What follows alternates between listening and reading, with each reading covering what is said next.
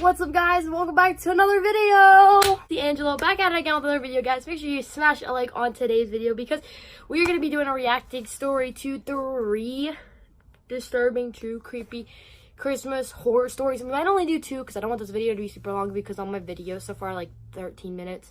And I don't think you guys like the longer videos, so we're going to try and keep them shorter today. And if you're watching this on Christmas, Merry Christmas. And if you're seeing this on Christmas Eve, have a good Christmas Eve, guys. And I love you guys. Make sure you stay safe during the holidays. And yeah, let's get right into the video.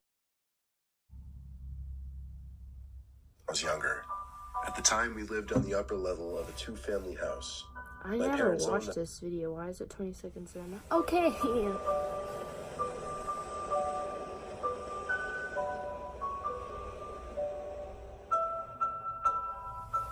The music, though.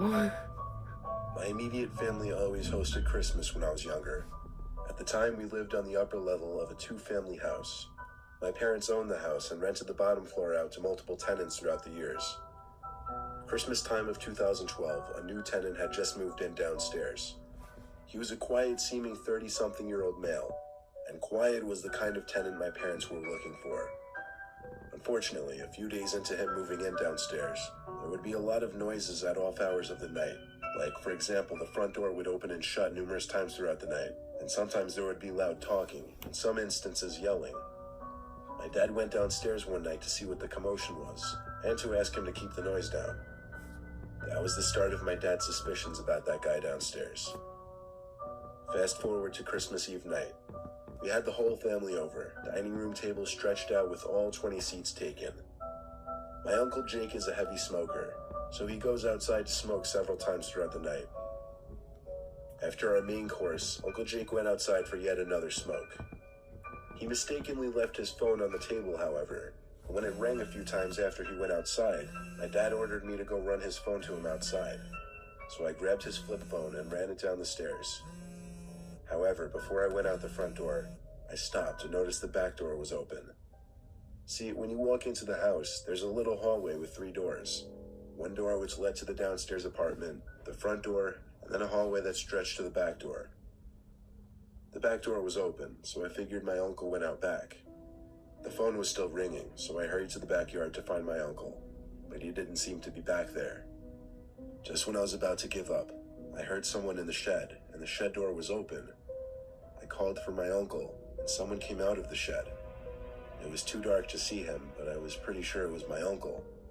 He started walking over to me fast. At first, I assumed because he wanted to answer his phone. Yo, I'm not doing this. Close enough to the lights from inside the house, I could see his face. It wasn't my uncle, but rather the tenant from downstairs. Brother, run! Approaching me, I found intimidating, so I turned and ran for the door. I slammed it in that man's face and went to the front yard, where I found my Uncle Jake smoking.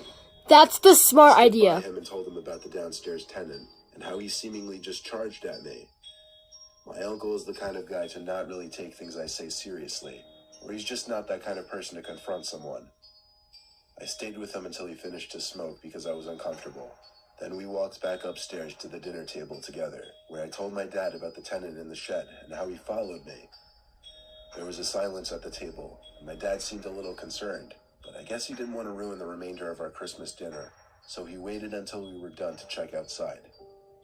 When he came back up, he said the neighbor wouldn't answer his door, but that the shed outside was shut. A couple hours later, the last of our family left, and my immediate family started getting ready for bed. I stayed up in the living room by the fire and tree because I liked the lighting the 2 gave off. I watched a Christmas movie.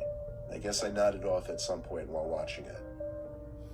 However, I do remember waking up suddenly from a kind of half-sleep and hearing a creaking on the stairs. I was too tired to move from my laying position, plus I assumed it was just my mom, dad, or sister.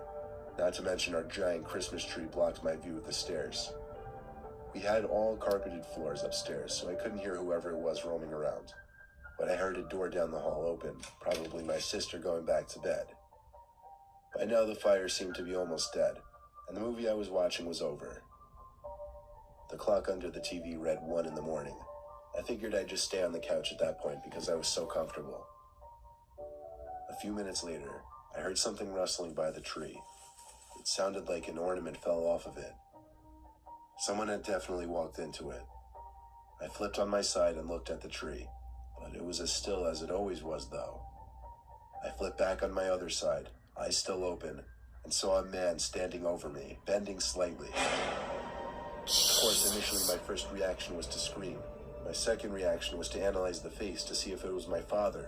And when I realized it wasn't my father, rather the downstairs tenant, I screamed even louder. The man tried to cover my mouth, but at that point I think he realized it was too late. Everyone just heard checking. me. He ran for the stairs just as my dad stormed out of his room. My dad chased after him, but he was already driving down the street. I think when he was standing over me, he was making sure I was asleep before robbing the place or something. Fortunately for us, my parents had copies of his ID and other important information, which my parents used to find him and sue him for breaking and entering, and we won the case in a landslide. Don't let that take away from the fact that it was still an insanely scary thing to go through. That will be that. Thank you guys so much for watching. I hope you guys enjoyed, and we'll see you on the next one. Stay positive. Don't forget to keep your heads up, guys. Merry Christmas to everybody, and I hope you have a wonderful 2019, and I love you guys. And don't forget, hit the subscribe button and the like button. 2 likes, and we'll do another creepy video. That's what my channel is now. Creepy. Great. Alright, I will see you guys in the next one. Don't forget to stay positive, and I love you all. Bye. The video won't stop recording.